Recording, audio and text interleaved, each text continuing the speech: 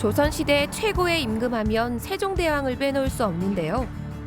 세종대왕이 이뤘던 태평성대에 큰 역할을 했던 울산인이 있습니다.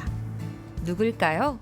안녕하세요. 네, 김수아 씨. 안녕하세요. 예. 안녕하세요. 새해가 시작된 지 이제 조금 지났는데요. 네. 이제 새해가 지나면서 우리 네. 진행자가 바뀌었어요. 맞아요. 우리 시청자분들께 본인 소개 좀 해주시죠. 여러분 안녕하세요. 정말 오랜만에 다시 또 찾아뵙겠습니다. 제가 여러분들께 또 힘찬 기운을 드리기 위해서 이렇게 여러분들께 다시 찾아뵙게 되었습니다. 다시 한번 울산실록을 또 많이 시청해 주시고 많이 또 예뻐해 주시길 바라겠습니다. 저도 예뻐해 주시기 바랍니다. 네. 네. 오늘은 어디로 한번 가볼까 생각을 하다가 네. 지금 이제 한참 시민들이 찾고 있는 영화관에 노량이라는 영화가 지금 확 뜨고 있거든요. 아 맞아요. 그러니까, 이순신 장군 이야기잖아요. 이순신 장군의 대첩 가운데 마지막 정점을 찍는 노량. 네. 이 노량과 또 연관된 울산에 뭐가 있을까 생각해 보니까 역시 외와 조선의 외교에 네. 굉장히 이 역할을 하셨던 울산 출신 외교관 네. 이해 선생님 한번 찾아가 보고 싶더라고요. 네. 그래서 오늘 이해 선생님 한번 찾아가 보려고 합니다. 아 정말 이렇게 이야기를 들으니까 정말 궁금해지는데요. 네. 한번 찾아가 볼까요? 네, 그렇게 네, 해봅시다. 한번 가보시죠. 네.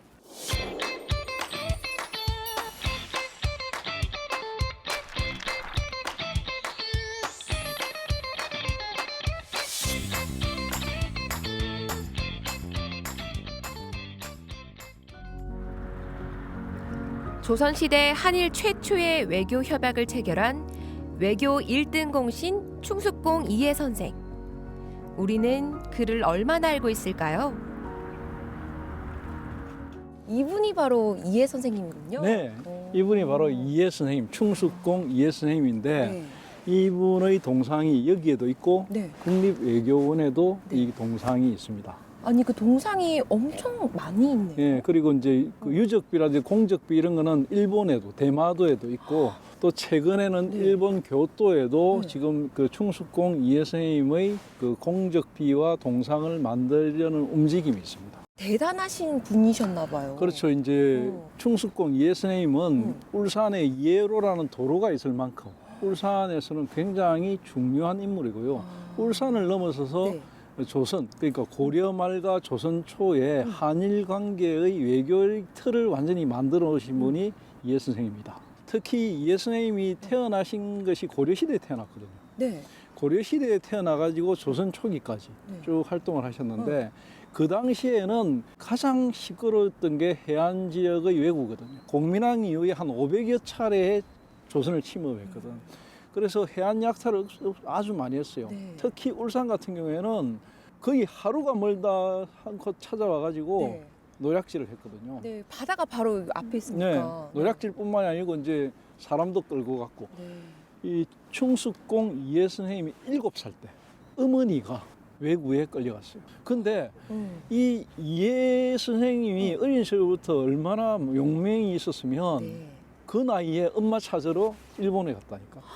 아, 7살 때요? 7살 때, 7살, 8살 때 엄마 찾으러 일본 가가지고 샅샅이 뒤지면서 엄마를 찾기 위해서 그렇게 활동을 했고 네. 결국 못 찾았어요. 그게 계기가 돼가지고 이제 계속 일본어도 공부하게 되고 네. 또 울산군, 그 당시는 울산군이거든요, 이게. 네. 울산군 간하에서 여러 가지 일을 하면서 나중에는 향리로 일을 하게 되죠. 아, 그러면 외교관 활동을 하게 된 계기가 바로 어머니 때문인 거네요. 맞습니다. 엄마 찾아 산만리. 와. 이게 뭐 아르헨티나에 있는 이야기가 네. 아니고 우리나라에는 벌써 네. 지금으로부터 600년 전에 있었다는 거죠.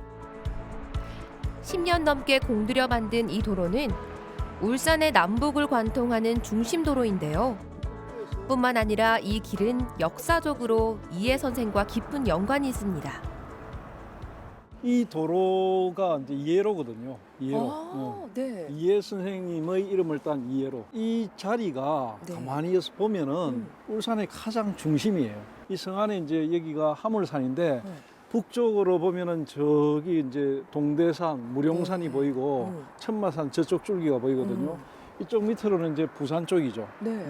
그 문수산이 보이고 울산의 제일 북쪽에서 네. 노포동까지를 한 40분 만에 달릴 수 있는 와. 그런 엄청난 길을 만들었고 그 길 가운데 울산 구간을 이에로라는 이름을 붙였죠. 아니 얼마나 대단하셨길래 이 도로 이름까지 붙이셨나요? 그러니까 일본에 외교를 하러 많이 다녔었던 분이거든요. 네. 그때 조정, 즉 한양에서부터 출발해가지고 이게 경주를 거쳐서 울산을 거쳐서 부산으로 가는 네. 이 길이거든요. 그러니까 이 길은 이해 선생님하고 관련이 있는 길이기 때문에 이해로라는 이름을 붙인 거죠. 지난 2000년대, 2010년대 초반에 네. 우리나라의 통신사의 길을 갖다가 제대로 한번 규명해보자 해가지고 전국에 12개 곳, 숭례문을 기점으로 해가지고 이제 경기도, 용인, 경주, 울산, 부산을 이어지는 12개 지점에 네. 조선통신사의 길이라는 팻말을 붙였어요. 네. 지금 울산시청 앞에 있고 네. 지금 중구 도부 그 자리에 앞에 있거든요. 네. 그 길의 연장선에서 생각해 보면 아, 이 길이 바로 조선통신사의 길과 연결되구나 알 수 있습니다. 이해 선생이 일본으로 가기 위해 목숨을 걸고 걸었던 조선통신사의 길인데요. 40여 차례나 왕래했던 고된 외교길이었지만 오직 백성을 위해 걸었습니다. 어떻게 보면은 그 외교의 원조격인데 그렇죠. 그 외교가 정말 뛰어나셨던 분이셨던 그렇죠. 것 같아요. 우리 이제 요즘 그 KBS의 대하 역사 드라마 보면은 고려 거란 전쟁 있죠. 네, 맞아요. 거기에 강감찬 뭐 그리고 서희 이런 네. 분들 외교 대거란과 외교 고려시대 하면은 외교관 하면 서희 선생님이 떠오르잖아요. 맞습니다. 조선조 때는 가장 뛰어난 외교관 하면 역시 이해 선생님입니다. 세종대왕께서 얼마나 귀하게 여기셨냐면 네. 무려 43년 동안 일본 외교를 맡겼거든요. 한 번 가면 6개월에서 1년이니까 이 대한해협이 굉장히 거칠어요. 그래서 사고가 많아. 그래서 유서 써놓고 가거든. 그러니까 그 정도 상황에서 나이 든 신하를 일본에 보내니까 네. 굉장히 마음이 아팠거든. 그래서 손을 잡고 갈 때 내가 이 노구의 우리 이해를 자네를 일본에 또 보내는 게 마음이 아프다. 그렇지만 네. 일본을 잘 아는 사람이 가야지 우리가 뭔가를 할 수 있지 않겠냐. 그러면서 직접 갓과 신발 이런 것들을 하사하면서 보낼 정도로 굉장히 귀하게 여기셨던 분입니다. 잦은 침략으로 큰 고민거리였던 왜구와 평화조약을 맺었으니 세종대왕이 귀하게 여길 수밖에 없었겠죠. 그런데 일본인에게도 많은 사랑을 받았던 이유는 뭘까요? 본격적으로 외교 활동을 언제 시작하게 된 건가요? 이해 선생님은 이제 그 조선 초기에 했지만 사실은 이제 그 고려 말과 조선 초에 네. 이 외교의 필요성이 굉장히 대두됐던 게 그 네.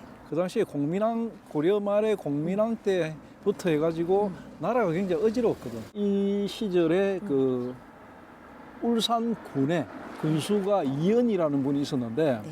이분 밑에서 그러니까 일을 하는 잡일을 하는 관리로 일을 했거든. 네. 근데 마침 그때 이제 왜구가 울산에 쳐들어왔어요. 네. 울산 군수를 비롯해 가지고 사람들을 상당수 잡아 가지고 가버렸어. 그때 군수 관하에 있던 은것을 모두 가지고 자기는 안 잡혀도 되는데 따라간 거죠. 또 군수가 거기 막노동을 시키잖아. 네. 그러니까 군수는 우리 군수님은 놔둬라. 네. 내가 2배의 일을 하겠다. 그 순간 외교를 생각했다는 거잖아요. 그래가지고 이 외구들이 보니까 이 보통 친구가 아니거든. 그렇죠, 그리고 그렇죠. 야, 이렇게 저거 군수를 이 정도로 모시는 사람이구나 이런 그런 감동도 좀 받았고 해가지고 그 뒤에 이제 조선에서 또 마침 그 외교 사절단이 와가지고 해결을 하는 과정에서 이제 은그릇을 주고 군수의 몸값으로 주고 그래가지고 이제 받고 왔죠. 그때 어린 나이에 그런 외교 소환이 보였던 거죠. 그러니까요. 그때 바로 이제 외교관으로 발탁이 됩니다. 굉장히 어린 시절부터 외교의 어떤 그런 디테일한 기술들을 단련이 된 사람이다. 네. 그런 분이 바로 이해 선생이다. 이렇게 보면 되겠습니다. 될성 부른 나무는 떡잎부터 다르다고 하죠. 기계와 충심이 빛을 발하면서 외교관의 길을 걷게 됐는데요. 그의 흔적이 울산에 남아 있습니다. 한옥이 정말 멋있게 지어져 있는데요. 그렇죠. 예. 네, 여기는 어떤 곳인가요? 여기는 이제 이해 선생님의 위패를 모셔놓은 곳. 그리고 여기 용연서원이라 한 거는 네. 후대 인근에 있는 후학들을 가르치기 위해서 서원을 열은 거죠. 울산의 서원이 석계서원과 용연서원 대표적인 두 곳이 있는데 다 학성 위시들의 집안에서 만든 서원이에요. 그 이해 선생님의 대표 업적은 또 뭐가 있을까요? 1443년에 있었던 개해약조, 그 우리 외교사의 중요한 업적인데요. 네. 그 앞에 문인제도라는 게 또 있어요. 네. 문인제도라는 거는 이제 대마도주하고 체결한 건데 네. 이 문인제도 개해약조 네. 이 두 가지를 체결해 가지고 그 개해약조로부터 임진왜란까지 한 150년 동안을 평화로운 시대를 만든 그런 조약이죠. 아니 근데 개해 약조랑 문인 제도 때문에 외국의 침략이 조금 덜했다고 하시는데 그게 어떤 상관이 있는 거예요? 일단은 이제 외구들이 거의 매일 침략을 했다 했잖아요. 네. 그 주 근거지가 대마도였거든. 이 대마도주가 문인 인장을 찍어줘야 돼. 인장을 찍어줘야만 우리나라에 들어올 수 있게 하는 거. 아. 그런 제도를 만든 게 이제 문인 제도고 개해 약조는 그보다 좀 더 강화된 거. 개해 약조는 어떤 거냐면 그 곡식 쌀을 뭐 200가마 정도를 갖다 준다. 네. 그렇게 이제 해놓으면 이걸 대마도주가 책임지고 그걸 받은 다음에는 이제 외구들이 노략질을 하는 걸 못하게 하는 그런 대마도주가 책임을 지는 거죠. 아. 그렇게 어떤 약조를 만들어 놓으면 네. 이게 이제 외구들이 네. 단속이 되는 건가요? 아니 그 실제로 개해 약조와 문인 제도가 효과가 있었나요? 네, 있었죠. 그러니까 고려 말의 공민왕 시절에는 거의 한 해에 500차례 정도로 침입하던 그런 외구들. 네. 근데 이제 이해 선생님이 직접 대마도주하고 협상을 하고 네. 그럼 나중에는 개해 약조를 체결하고 나니까 세종대왕 시절에 와서 좀 안정화될 때는 그 한 해에 한 2, 30여 차례를 훅 줄어들었고 와. 그 세종 말기에는 거의 이제 외국의 침입이 사라지는 와. 그 정도로 굉장히 안정이 됐죠. 조선과 일본 사이에서 오랜 평화를 가져다 줬던 이해 선생. 외교뿐만 아니라 나라를 위해 목숨 걸고 가져다 준 게 또 있습니다. 이곳이 그 이해 선생님 위패와 영정을 모셔놓은 곳인가 봐요. 네, 맞습니다. 여기가 이제 상충제라는 곳인데 네. 여기가 뭐냐면 네. 이해 선생님의 영정, 네. 위패 이런 걸 네. 모셔놓은 곳입니다. 그러니까 아. 그러니까 학성 이시 집안에서 굉장히 중요하게 생각하는 곳이죠.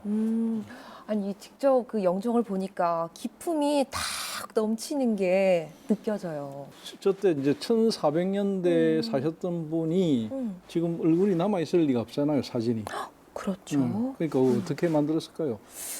아마 그 비슷한 사람 잘 모르겠어. 어떻게 만들어졌을까요? 학성 이시 집안에 네. 그 장손들 있잖아요, 쭉 계보들.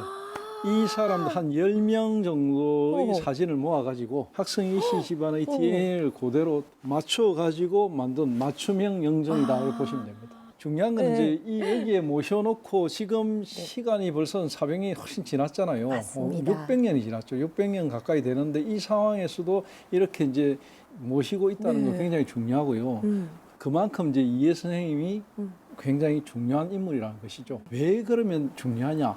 이런 외교적인 업적도 있지만은 네. 또 하나는 이 문화적인 업적도 상당하거든요. 와, 아니 그 외교뿐만이 아니고 문화도 하셨다고요? 그렇죠. 이제 초창기에 이제 뭐 문인제도, 네. 개해약조 이런 거 체결하는 이 무렵에는 굉장히 긴박감이 많이 돌았겠죠. 네. 서로 노략질도 많이 하고 이럴 때는. 근데 그 이후에 시간이 조금 지나면서 이제 세종 말기가 되고 나서부터는 네. 이 조선통신사 외교사절단들이 이제 네. 평화 시기니까 그렇게 막 거래를 할 만한 게 많이 없잖아요. 네. 그러니까 문화사절단이 되는 거죠. 어. 그래서 실제로 이제 이 이해 선생님이 일본하고 우리 조선 왔다 갔다 할 때 이제 그때 들어왔던 문물들이 보면은 이제 뭐 사탕수수라든지 뭐 이런 물레방아라든지 뭐 이런 그런 것들도 들어왔고 그런 상황에서 이제 이 이해 선생님이 그런 외국의 문물도 가지고 들어오고 우리 조선이 가지고 있는 뛰어난 거 네. 그런 것들도 일본에 전해주고 특히 일본인들은 조선의 어떤 불교와 관련된 불경들이라든지 문물은 인삼이라든지 비단이라든지 이런 거 굉장히 귀하게 여겼고 네. 특히 조선에서 통신사가 온다고 하면은 네. 글을 한 편 받기 위해서 줄을 섰어요. 조선 통신사들이 지나가는 곳에는 조선 붐이 일어나는 굉장한 그런 현상이 일어났다고 기록으로 전해지고 있습니다. 조선과 일본의 평화를 가져다 주며 조선인과 일본인에게 두루두루 사랑받았던 이해 선생. 하지만 가족사만큼은 평안하지 못했습니다. 사실 이제 이해 선생님은 네. 대를 이어서 외교관 집안이거든요. 이해 선생님의 아들이 이종실이라고 네.